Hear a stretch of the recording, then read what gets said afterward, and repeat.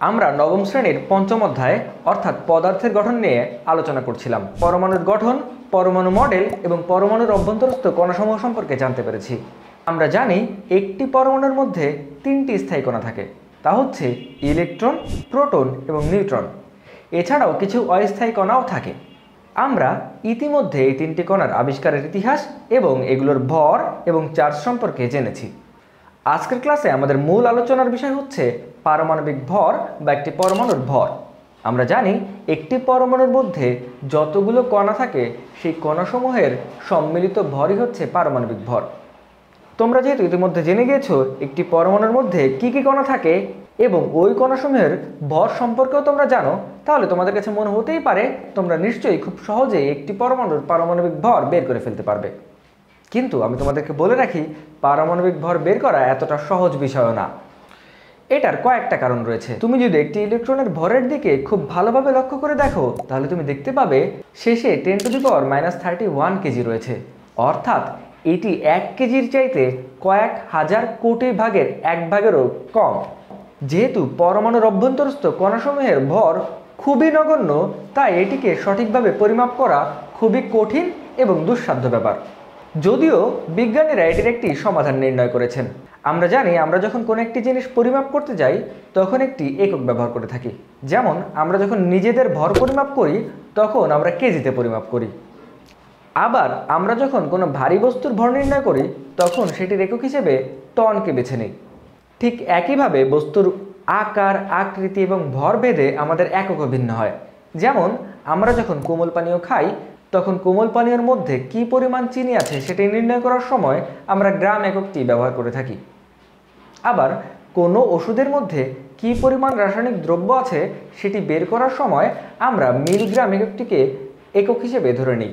অর্থাৎ কোনো বস্তুর পরিমাণ এবং ভরের উপর নির্ভর করে আমরা একটি একককে বেছে নিই। বিজ্ঞানীরা কোনো পরমাণুর পারমাণবিক ভরকে বের করার জন্য একটি একককে বেছে নিয়েছেন। সেই এককটির নাম হচ্ছে অ্যাটমিক ম্যাস ইউনিট। এটিকে অ্যাটমিক মাস ইউনিটকে সংক্ষেপে AMU বলা হয়ে থাকে, যদিও এটিকে ইউ দ্বারাও প্রকাশ করা হয়ে থাকে। অর্থাৎ তুমি AMU, অ্যাটমিক মাস ইউনিট বা ইউ যাই বলো না কেন, আমাদেরকে এখন জানতে হবে এই ইউ বা AMU জিনিসটা আসলে কি। তো চলো আমরা জেনে নেই AMU বা ইউ আসলে কি। প্রাথমিকভাবে বলা যায় একটি কার্বন পরমাণুর ভরের 12 ভাগের 1 ভাগকেই 1 AMU বলা হয়ে থাকে। অর্থাৎ আমরা জানি একটি কার্বন পরমাণুর ভর হচ্ছে 12 এবং এই 12 ভাগের 1 ভাগকেই বলা হয়ে থাকে 1 AMU। ঠিক এই কনসেপ্ট অনুযায়ী আমরা বলতে পারি একটি কার্বন পরমাণুর ভর হচ্ছে 12 ইউ। আশা করি তোমাদের কাছে ইউ বা AMU এর ধারণাটা ক্লিয়ার হয়ে গিয়েছে। এখন মনে করো তুমি জানতে চাচ্ছ এই ইউ এবং কেজি এর মধ্যে সম্পর্কটা আসলে কি। কারণ আমরা প্রত্যেকেই জানি কেজি হচ্ছে একটি আন্তর্জাতিক একক এবং ভর নির্ণয়ে যতগুলো একক আছে সবগুলো এককের সাথে কেজি এর সম্পর্ক রয়েছে। তো তুমি আমাকে প্রশ্ন করতেই পারো ইউ এবং কেজি এর মধ্যে সম্পর্ক কি। আমরা জানি 1 u is equal to 1.661 × 10⁻27 KG. ঠিক এই তথ্যটা পাওয়ার পর তোমাদের মধ্যে অনেকের মনে আরেকটি প্রশ্ন জাগতে পারে, সেটি হচ্ছে এই সম্পর্কটা আমরা পেলাম কোথায়, বা 1 u is equal to 1.661 × 10⁻27 KG এই হিসাবটা আমরা পেলামই বা কোথা থেকে। তাহলে চলো এবার আমরা বের করে ফেলি 1 ইউ ইজ ইকুয়াল টু এত কেজি কীভাবে হয়। 1 ইউ বা 1 AMU কে কেজিতে রূপান্তর করতে হলে আমাদেরকে প্রথমেই অ্যাভোগাড্রো সংখ্যা সম্পর্কে জানতে হবে। আমরা জানি 1 মোল কোনো মৌলের পরমাণুর মধ্যে 1 অ্যাভোগাড্রো সংখ্যক অণু থাকে এবং 1 অ্যাভোগাড্রো সংখ্যা ইজ ইকুয়াল টু 6.02 × 10⁻23T। অর্থাৎ আমরা বলতে পারি 1 মোল কোনো পদার্থের পরমাণুর মধ্যে 6.02 × 10⁻23T কণা থাকে বা অণু থাকে। এখন তোমরা বলতে পারো 1 মোল জিনিসটা কি। মূলত কোনো মৌলের পারমাণবিক ভরকে গ্রাম এককে প্রকাশ করলে সেটিকে 1 মোল বলা হয়ে থাকে। যেমন ধরো কার্বনের পারমাণবিক ভর হচ্ছে 12, অর্থাৎ আমরা বলতে পারি 12 গ্রাম কার্বনকে 1 মোল বলা হয়ে থাকে। ঠিক এই দুইটা কনসেপ্টকে একত্রিত করলে আমরা বলতে পারি 6.02 × 10⁻23T কার্বন অণুর ভর হচ্ছে 12 গ্রাম। কারণ আমরা জানি 1 অ্যাভোগাড্রো সংখ্যক অণুর ভর 1 মোল। এখান থেকে আমরা বের করে ফেলতে পারি একটি কার্বন পরমাণুর ভর কত।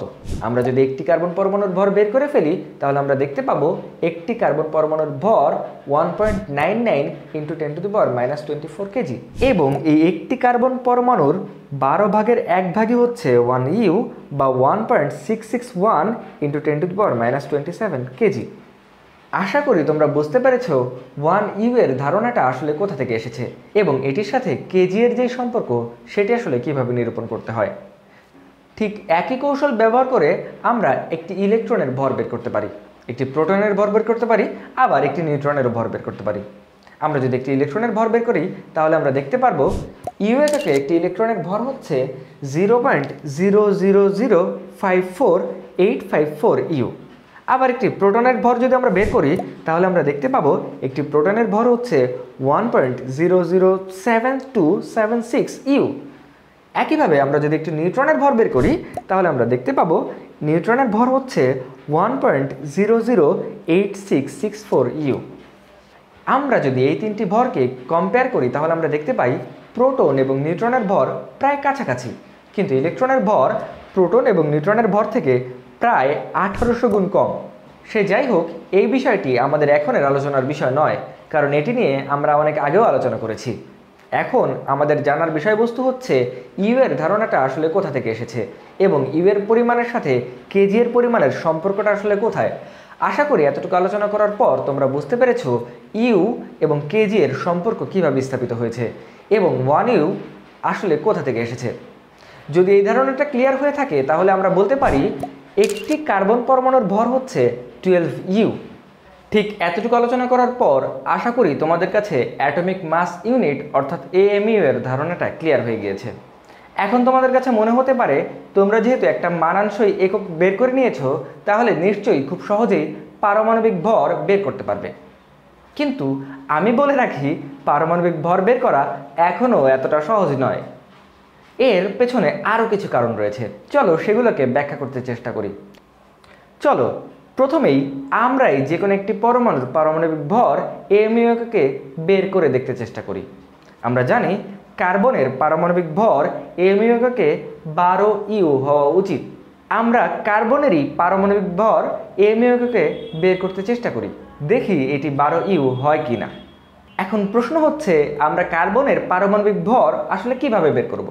আমরা যেহেতু জানি একটি পরমাণুর মধ্যে যতগুলো কণা রয়েছে সেই কণাগুলোর সকল ভরকে সম্মিলিত করলে আমরা মোট পারমাণবিক ভর পেতে পারি। আমরা জানি কার্বনের মধ্যে 6টি ইলেকট্রন, 6টি প্রোটন এবং 6টি নিউট্রন রয়েছে।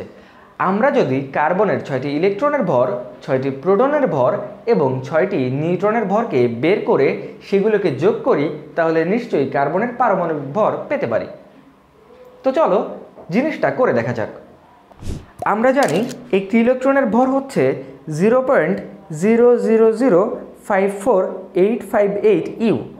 অতএব 6টি ইলেকট্রনের ভর হবে 6 × 0.00054858। অতএব এটির মান দাঁড়াবে 0.00329148।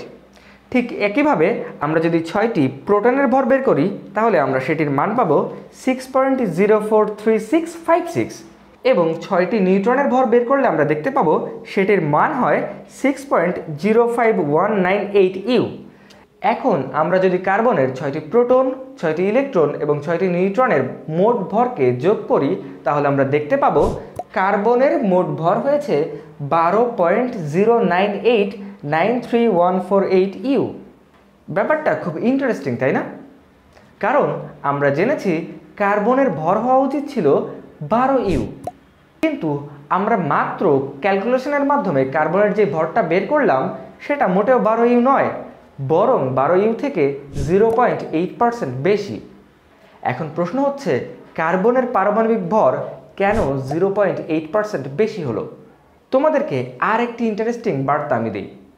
আমরা যখনই কোনো মৌলের ভর বের করব তখনই আমরা দেখব আমাদের বের করা মানের সাথে ওই মৌলের প্রকৃত ভরের একটু অমিল রয়েছে। এখন প্রশ্নটা হচ্ছে এই অমিলটা কেন হয়ে থাকে। এটার একটা সহজ সমাধান রয়েছে। যেহেতু প্রোটন এবং নিউট্রনের তুলনায় ইলেকট্রনের ভর অনেক কম, তাই আমরা যদি পারমাণবিক ভর হিসাব করার সময় ইলেকট্রনের ভরকে বাদ দিয়ে হিসাব করি তাহলে খুব একটা ক্ষতি হয় না। কিন্তু প্রশ্নটা হচ্ছে, তাহলে ইলেকট্রনের ভরটা আসলে যায় কোথায়? ইলেকট্রনের ভর কি আসলেই কমে যায়, নাকি সেটি থাকলেও সেটাকে আমরা উপেক্ষা করি? চলো এই প্রশ্নটার উত্তর আমরা খুঁজতে চেষ্টা করি। সাধারণত মনে করা হয় নিউক্লিয়াস গঠন করার সময় পরমাণুর ভর কোনো না কোনো কারণে কমে যায়। এখন প্রশ্নটা হচ্ছে, কেন কমে যায়? ব্যাপারটি ক্লিয়ার করতে হলে নিউক্লিয়ার বল সম্পর্কে আমাদের ধারণা থাকতে হবে। আমি ইতিমধ্যে তোমাদেরকে নিউক্লিয়ার বল সম্পর্কে ধারণা দিয়েছি। তোমরা জানো নিউক্লিয়াসের ভেতরে প্রোটন এবং নিউট্রন এই নিউক্লিয়ার বলে একে অন্যকে আকর্ষণ করে, এবং নিউট্রন এবং প্রোটনের এই আকর্ষণ বলের কারণে কিছু পরিমাণ ভর কমে যায়। এবং এই আকর্ষণ বলের কারণে অর্থাৎ নিউক্লিয়ার বলের কারণে যে পরিমাণ ভর কমে যায় এটিকে E=mc² সূত্রের সাহায্যে বের করা যায়। মূলত এই ভরটি আসলে কমে কোথায় যায়? আমরা এই সূত্র হতে দেখতে পারি যেই ভরটা আসলে কমে যায় সেটি আসলে শক্তিতে পরিণত হয়ে যায়। এখন তোমরা প্রশ্ন করতেই পারো, আমরা ইলেকট্রনের ভরকে কেন বিবেচনায় নেব না? এই ভরটা আসলে কোথায় যায়? এটি বুঝতে হলে আমাদেরকে নিউক্লিয়ার বল সম্পর্কে জানতে হবে। আশা করি তোমরা নিউক্লিয়ার বল সম্পর্কে জানো, কারণ এর আগেও আমি নিউক্লিয়ার বল সম্পর্কে আলোচনা করেছিলাম। আমরা জানি পরমাণুর অভ্যন্তরে নিউট্রন এবং প্রোটন পরস্পরকে নিউক্লিয়ার বল দ্বারা আকর্ষণ করে, এবং এই আকর্ষণের ফলে কিছু পরিমাণ ভর কমে শক্তিতে পরিণত হয়, এবং এই শক্তির পরিমাণ আমরা E=mc² সূত্রের সাহায্যে বের করতে পারি। তাই আমরা বলতে পারি পারমাণবিক ভর নির্ণয় করার সময় আমরা যে ইলেকট্রনের ভরটিকে উপেক্ষা করি সেই ভরটি আসলে শক্তিতে পরিণত হয়ে যায়, এবং সেই শক্তিটি মূলত প্রোটন এবং নিউট্রনকে পরস্পরের সাথে আটকে রাখতে সাহায্য করে। এতটুকু আলোচনা করার পর তোমরা বুঝতে পারছো একটি পরমাণুর ইলেকট্রনের ভরকে উপেক্ষা করলেও তার পারমাণবিক সংখ্যা এবং নিউট্রন সংখ্যার উপর ভিত্তি করে আমরা মোট পারমাণবিক ভর বের করতে পারি। কিন্তু প্রবলেম হচ্ছে এই পারমাণবিক ভরটি মোটেও মূল পারমাণবিক ভর নয়, অর্থাৎ সঠিক পারমাণবিক ভর নয়। এটি হচ্ছে একটি আনুমানিক পারমাণবিক ভর। তাই পরমাণুর প্রকৃত পারমাণবিক ভর কত সেটি জানার জন্য বিজ্ঞানীরা অনেক পরিশ্রম করে সকল মৌলের ভিন্ন ভিন্ন সকল আইসোটপের পারমাণবিক ভর নির্ণয় করে রেখেছেন। যেমন আমরা যদি কার্বন পরমাণুর দিকে তাকাই তাহলে আমরা দেখতে পাই কার্বন পরমাণুর দুইটি আইসোটপ রয়েছে। একটি আইসোটপের ভর হচ্ছে 12 এবং একটি আইসোটপের ভর হচ্ছে 13। কার্বনের যে আইসোটপের ভর 12 সেটির পারমাণবিক ভর 12U, কিন্তু যে আইসোটপটির ভর 13 সেটির পারমাণবিক ভর হচ্ছে 13.03355U। ঠিক তেমনিভাবে প্রকৃতিতে যতগুলো আইসোটপ পাওয়া যায় তাদের প্রতিটিরই পারমাণবিক ভর বিজ্ঞানীরা নির্ণয় করে রেখেছেন। এবার চলো তোমাদেরকে একটি সম্পূর্ণ নতুন কনসেপ্ট সম্পর্কে ধারণা দিই। মনে করো তোমাকে এসে একজন প্রশ্ন করলো ক্লোরিনের ভর কত। তুমি তো জানো পৃথিবীতে দুই ধরনের ক্লোরিন পাওয়া যায়। একটি ক্লোরিনের ভর হচ্ছে 35, যেটির ইউ এককে ভর হচ্ছে 34.96U, এবং আরেকটি ক্লোরিনের ভর হচ্ছে 37, যেটিরও ইউ এককে ভর হচ্ছে 36.96U। এখন প্রশ্ন হচ্ছে তুমি ওই লোকটিকে কি উত্তর দেবে, 37 নাকি 35? তুমি যদি ওই লোকটির প্রশ্নের উত্তরে তাকে উত্তর দাও ক্লোরিনের ভর হচ্ছে 37, তাহলেও বলা যেতে পারে তুমি ভুল বলছো, কারণ ক্লোরিনের ভর তো 35ও হয়। আবার তুমি যদি ওই লোকটির প্রশ্নের উত্তরে বলো ক্লোরিনের ভর হচ্ছে 35, তাহলেও বলা যেতে পারে তুমি ভুল বলছো বা মিথ্যা বলছো, কারণ ক্লোরিনের ভর তো 37ও হতে পারে। বিজ্ঞানীরা আমাদেরকে এ সকল দ্বিধাদ্বন্দ্ব থেকে মুক্ত করতে একটি যৌক্তিক সমাধান দিয়েছেন। তারা বলেছেন প্রকৃতিতে যদি একাধিক আইসোটপ পাওয়া যায় তাহলে তাদের আপেক্ষিক পারমাণবিক ভর বের করতে হবে, এবং এই আপেক্ষিক পারমাণবিক ভরটা কি জানো? এখন প্রশ্ন হচ্ছে এই আপেক্ষিক পারমাণবিক ভরটা আসলে কি? মূলত যে সকল মৌলের একাধিক আইসোটপ থাকে, অর্থাৎ যে সকল মৌলের ভর পৃথিবীতে ভিন্ন ভিন্ন থাকে, তাদের প্রাপ্ত শতকরা পরিমাণের ওপর গড় করে পারমাণবিক ভর নির্ণয় করতে হয়। এই শতকরা পরিমাণের উপর প্রাপ্ত পারমাণবিক ভরটিকেই বলা হয়ে থাকে আপেক্ষিক পারমাণবিক ভর। এখন চলো আমরা ক্লোরিনের আপেক্ষিক পারমাণবিক ভর বের করে দেখি এটি আসলে কত হয়। একটি হচ্ছে ওই মৌলটির পৃথিবীতে প্রাপ্ত শতকরা পরিমাণ কত, আর দ্বিতীয়ত হচ্ছে ওই মৌলটির ভর কত। আমরা যখনই কোনো পরমাণুর আইসোটপ সম্পর্কে এই দুটি ডেটা পেয়ে যাব তখন আমাদের কাজ হবে হচ্ছে প্রতিটি আইসোটোপের প্রাপ্ত শতকরার পরিমাণের সাথে তার ভরকে গুণ করা এবং প্রতিটি আইসোটোপের এই গুণফলকে বের করে যতগুলো আইসোটোপ আছে সেগুলোকে পরস্পরের সাথে যোগ করলেই আমরা মোট আপেক্ষিক পারমাণবিক ভর পেয়ে যাব। আমরা জানি ক্লোরিনের দুটো আইসোটোপ পাওয়া যায়। একটি আইসোটোপের ভর হচ্ছে 34.968 ইউ এবং সেটির প্রকৃতিতে প্রাপ্তির হার হচ্ছে 75.77%। এবং আরেকটি ক্লোরিন আইসোটোপের পারমাণবিক ভর হচ্ছে 36.956 ইউ এবং সেটির প্রকৃতিতে প্রাপ্তির পরিমাণ হচ্ছে 24.23%। কাজেই এখন যদি আমরা ক্লোরিনের গড় পারমাণবিক ভর হিসাব করতে যাই তাহলে সেটি পাবো হচ্ছে 75.77 into 34.968 plus 24.23 into 34.956 divided by 100। এবং এক্ষেত্রে আমরা ক্লোরিনের গড় পারমাণবিক ভর বা আপেক্ষিক ভর পাবো 35.45 ইউ। অর্থাৎ আমরা ক্লোরিনের আপেক্ষিক ভর পাই 35.45 ইউ। তোমরা যদি একটু গভীরভাবে খেয়াল করো তাহলে তোমরা দেখতে পাবে আমরা যে গড় পারমাণবিক ভর বা আপেক্ষিক ভরটি পেলাম এটির সাথে প্রকৃতিতে প্রাপ্ত পারমাণবিক ভরের কোনো মিল নেই। অর্থাৎ একটি পাত্রে যদি দুই ধরনের ক্লোরিনই থাকে এবং সেখান থেকে তুমি যদি একটি ক্লোরিন উঠাও সেটির কোনোটিরই ভর 35.45 হবে না, হয় সেটির ভর হবে 34.96 অথবা 36.96। তাহলে আমরা বলতে পারি আমরা যে আপেক্ষিক ভরটি হিসাব করি সেটি মোটেও প্রকৃত ভর নয়, সেটি একটি গড় হিসেব মাত্র। রসায়নে পারমাণবিক ওজন বলে একটি রাশি ব্যাপকভাবে প্রচলিত আছে, যদিও পদার্থবিজ্ঞানে ওজন কথাটির একটি সুনির্দিষ্ট অর্থ রয়েছে, কারণ আমরা পদার্থবিজ্ঞান অনুসারে জানি ওজন হচ্ছে একটি বল। কিন্তু রসায়নে পারমাণবিক ওজন বলতে এককবিহীন গড় আপেক্ষিক পারমাণবিক ভরকে বোঝানো হয়ে থাকে। অর্থাৎ কোনো মৌলের পারমাণবিক ভরকে তুমি যদি 1 ইউ দ্বারা ভাগ করো তাহলে তুমি পারমাণবিক ওজনটি পেয়ে থাকবে। অর্থাৎ আমরা বলতে পারি রসায়নে পারমাণবিক ওজনের কোনো একক নেই। ঠিক এ কারণে আমরা যদি বলি ক্লোরিনের আপেক্ষিক পারমাণবিক ভর হচ্ছে 35.45 ইউ, এটিও যেমন সত্যি, আবার আমরা যদি এটাও বলি ক্লোরিনের আপেক্ষিক পারমাণবিক ভর হচ্ছে 35.45 সেটাও সত্যি। অর্থাৎ আমরা বলতে পারি পারমাণবিক এককের ওজন না বললেও চলে। এতটুকু আলোচনা করার পর আমরা বুঝতে পারলাম যে সকল মৌল প্রকৃতিতে বেশি পরিমাণ পাওয়া যায়, অর্থাৎ যে সকল মৌলের একাধিক আইসোটোপ রয়েছে সেগুলোর ভর বলতে আমরা যে ভরটি বুঝি সেটি আসলে আপেক্ষিক পারমাণবিক ভর। সেটির অস্তিত্ব আসলে পৃথিবীতে নেই বললেই চলে। যেমন ক্লোরিনের একাধিক আইসোটোপ রয়েছে, তাই ক্লোরিনের ভর বলতে আমরা যে ভরটা বুঝি সেটি আসলে ক্লোরিনের প্রকৃত ভর নয়, সেটি আসলে ক্লোরিনের আপেক্ষিক ভর। ঠিক তেমনি পৃথিবীতে কপার, ইউরেনিয়াম, সিলভার এই সকল মৌলগুলোরও একাধিক আইসোটোপ পাওয়া যায় এবং এগুলোর ভর বলতে আমরা যে ভরটা বুঝি সেটি আসলে আপেক্ষিক পারমাণবিক ভর। এটির সত্যিকার অর্থে কোনো অস্তিত্ব নেই। আমরা যেহেতু আপেক্ষিক পারমাণবিক ভর বের করা শিখলাম, শুধু কপার কেন, আমাদেরকে যদি ইউরেনিয়াম কিংবা সিলভারেরও প্রকৃতিতে প্রাপ্তির হার এবং ভরের পরিমাণ দেওয়া হয় তাহলে নিশ্চয়ই আমরা আপেক্ষিক পারমাণবিক ভর বের করতে পারবো। তাহলে আজকের ক্লাস এ পর্যন্তই। আশা করি পরের দিন আমরা নতুন একটা কনসেপ্ট নিয়ে হাজির হব এবং আমাদের গল্পে গল্পে বিজ্ঞান ক্লাসে আমরা সেটিকে আবারও সহজভাবে বুঝতে চেষ্টা করব। ততদিন পর্যন্ত সবাই সুস্থ থাকবে। ধন্যবাদ।